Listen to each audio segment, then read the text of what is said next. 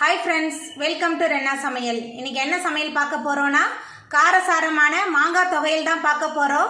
சாம்பார் சாதம் ரச சாதத்தோட கலந்து சாப்பிட்றதுக்கு ரொம்ப சுவையாக இருக்கும்.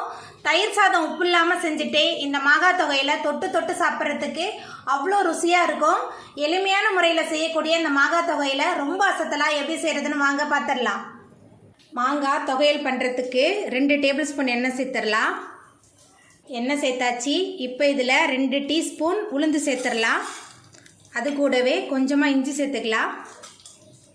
அதுக்கப்புறமா காய்ந்த மிளகாய் ஒரு 10 சேர்த்துக்கிறேன். சேர்த்துட்டு அடுப்பை மிதமான தணலில் வச்சு எல்லாத்தையும் வறுத்துடலாம். நம்ம சேர்த்த காய்ந்த மிளகாய் உளுத்தம்பருப்பு எல்லாமே நல்லா வறுபட்டு வாசனை வர ஆரம்பிச்சிருச்சு. இப்போ இதில் அரை மூடி தேங்காய் சேர்த்துக்கலாம். தேங்காய் சேர்த்தாச்சு. இப்போ மாங்காய் சேர்த்துக்கலாம். மாங்காய் உங்கள் சுவைக்கேற்ப எடுத்துக்கோங்க. நான் ஒரு மாங்காயில் பாதியாக வெட்டி பாதி மாங்காய் சேர்த்துக்கிறேன். அதுக்கப்புறமா கருவேப்பிலை கொஞ்சமாக சேர்த்துக்கலாம். சேர்த்துட்டு எல்லாத்தையும் நல்லா வதக்கிடலாம். மாங்காய் தேங்காயெலாம் சேர்த்துட்டு ரொம்ப நேரம் வதக்க வேணாம், கொஞ்சம் லைட்டாக வதக்கினா போதும். இப்போ நம்ம அடுப்பை ஆஃப் பண்ணிவிட்டு ஆற வச்சிடலாம். நம்ம வதக்கி வச்ச எல்லாமே நல்லா ஆறி வந்துருச்சு. இப்போ இதை ஒரு மிக்ஸி ஜாரில் மாற்றிடலாம். வதக்கி வச்ச எல்லாத்தையுமே மிக்சியில் மாற்றியாச்சு. இப்போ இதில் உப்பு சேர்த்துக்கலாம்.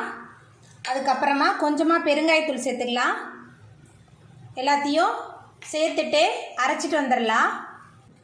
மிக்சியில் மாற்றிட்டு துவையலை அரைச்சிட்டு வந்தாச்சு. அவ்வளோதாங்க, நம்மளோட சுவையான காரசாரமான மாங்காய் துவையல் ரொம்ப சூப்பராக ரெடி ஆகிட்டு. நீங்களும் உங்கள் வீட்டில் இந்த சுவையான மாங்காய் துவையலை செஞ்சு பாருங்கள். இந்த வீடியோ உங்களுக்கு பிடிச்சிருந்தா லைக் பண்ணுங்கள், ஷேர் பண்ணுங்கள், கமெண்ட் பண்ணுங்கள், சப்ஸ்கிரைப் பண்ணுங்கள். அப்படியே பக்கத்தில் உள்ள பெல் பட்டனையும் கிளிக் பண்ணிடுங்க. நன்றி.